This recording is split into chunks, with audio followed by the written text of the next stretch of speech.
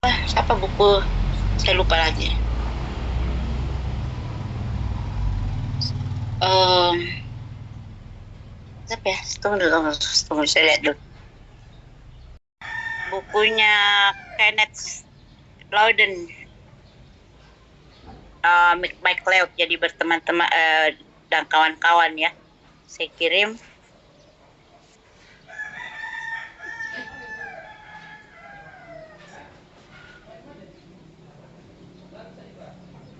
Ya mana lagi nama grup tak ini?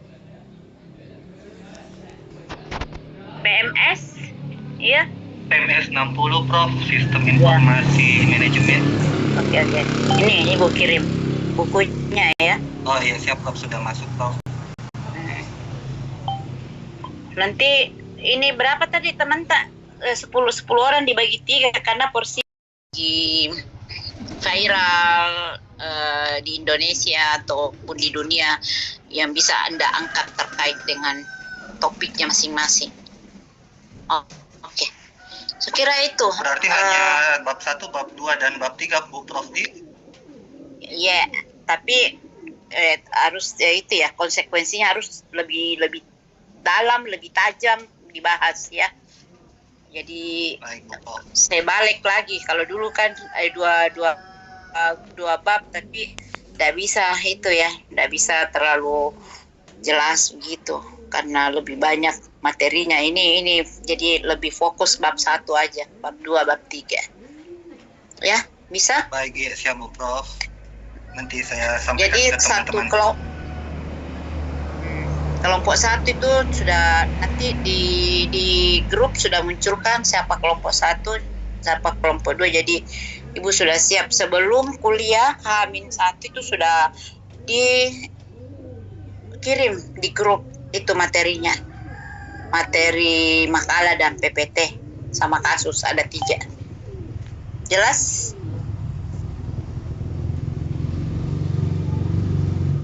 Bagaimana? Jelas? Iya, tapi Prof, untuk kasusnya sendiri itu tidak perlu dimasukkan di dalam makalah Bu Prof, atau dia berdiri sendiri? Bisa berdiri sendiri aja. Oh, Biar baik. jelas. Oh iya, siap Bu Prof. Ya. Ada yang mau ditanyakan? Jelas terkait tugas-tugasnya, terkait dengan mulai dari awal tadi itu penilaian, nilai akhir itu ya harus hadir 100% atau 16 kali. Jelas ya? Ini terkait dengan Pada saat saya jawab dulu ini Pak Gasali ya dari kelas BPJS. Ini beliau ini satu kelas ini BPJS. Ini Prof, cuma mengingat kenapa kan? ya. Terima kasih banyak Prof. Perkenalkan, saya Andri dari kelas pemasaran. Sebelumnya saya cuma ingin mengingatkan terkait yang telah dijelaskan oleh Prof.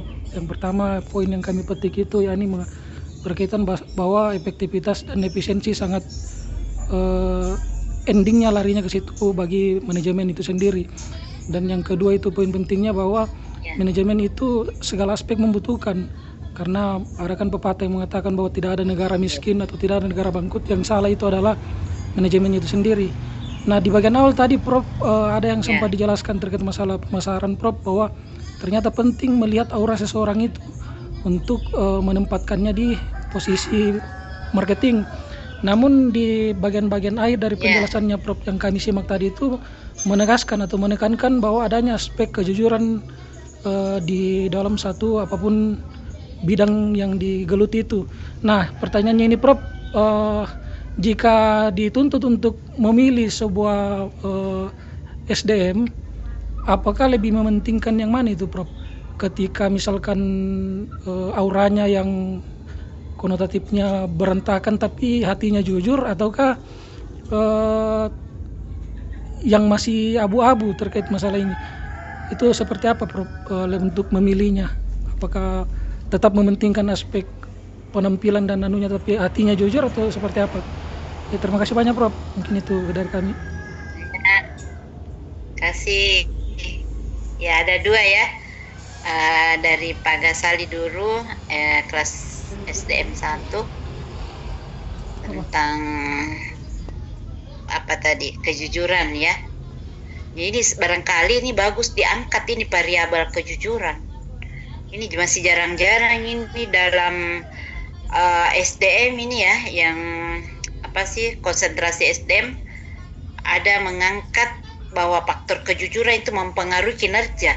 Itu bagus nanti itu Pak ya, seperti tadi yang dicontohkan itu, yang kayak apa sih, calo yang pengurusnya ceritanya ya, pengurus itu untuk BPJS dengan yang menerima manfaat penerima. Oh, jangan main-main dengan, jangan salah pilih gitu ya. Betul-betul itu taruhannya itu adalah betul-betul mendapatkan orang yang jujur.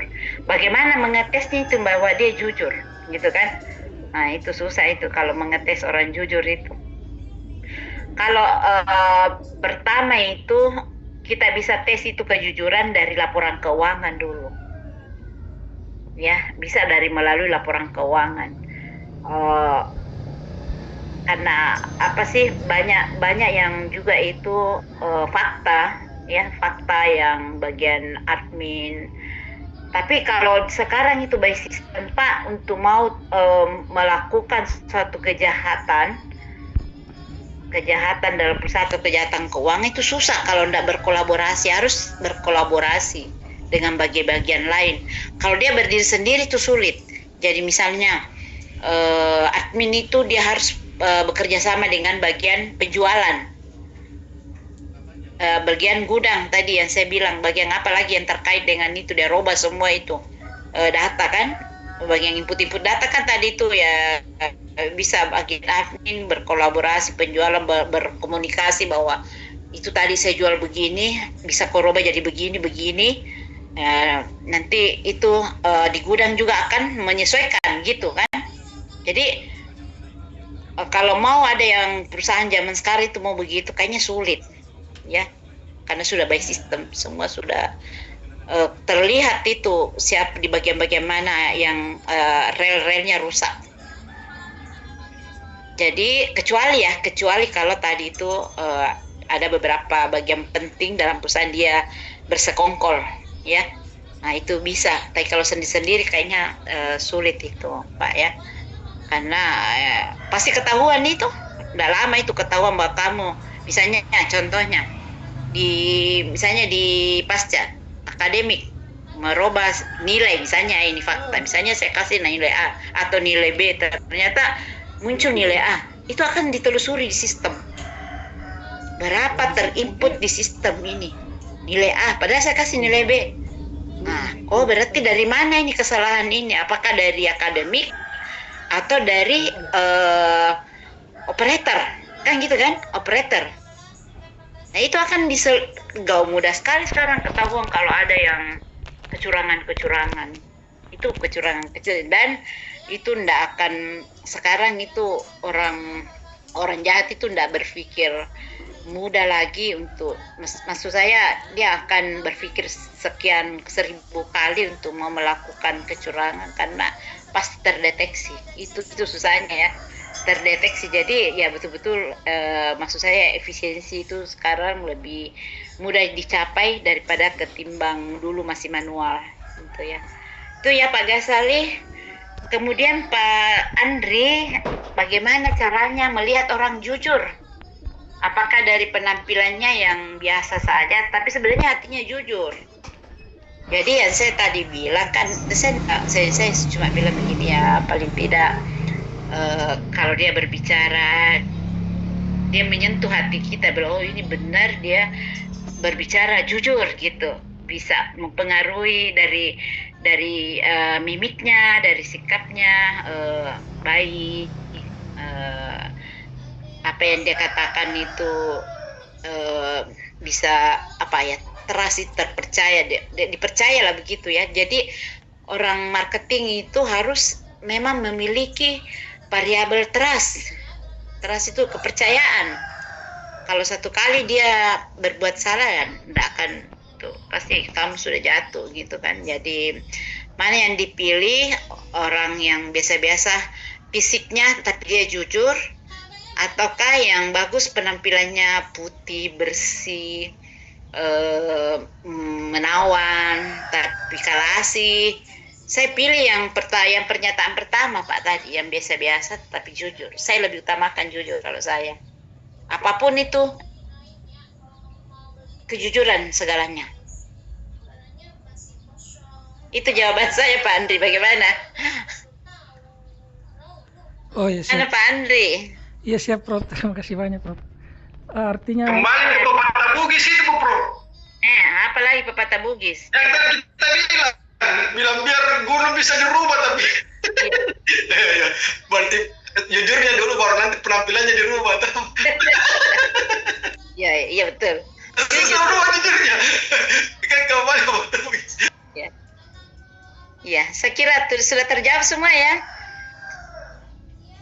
Ya, Bu Prof. Ya, Bu. karena kita juga di sini SOP-nya menjelang itu harus ada cekcok berjamaah dulu, jadi siap-siap ini mau ke masjid lagi ya. Sudah hampir 2 jam kita ketemu di Zoom ya. Mudah-mudahan apa yang kita bahas dalam Zoom ini semua juga peserta 2 kelas, mudah-mudahan semuanya insya Allah mendapatkan keberkahan ya, amin ya rabbal alamin. Saya kira demikian dulu pertemuan kita, nanti insya Allah kita lanjut lagi. Semoga kita semuanya umur panjang, amin. Makasih. Assalamualaikum warahmatullahi wabarakatuh. Terima kasih banyak Bu Prof. Assalamualaikum warahmatullahi wabarakatuh. Sehat-sehat selalu, Bu Prof. Ya, Ibu keluar. Iya baik Bu Prof, terima kasih banyak.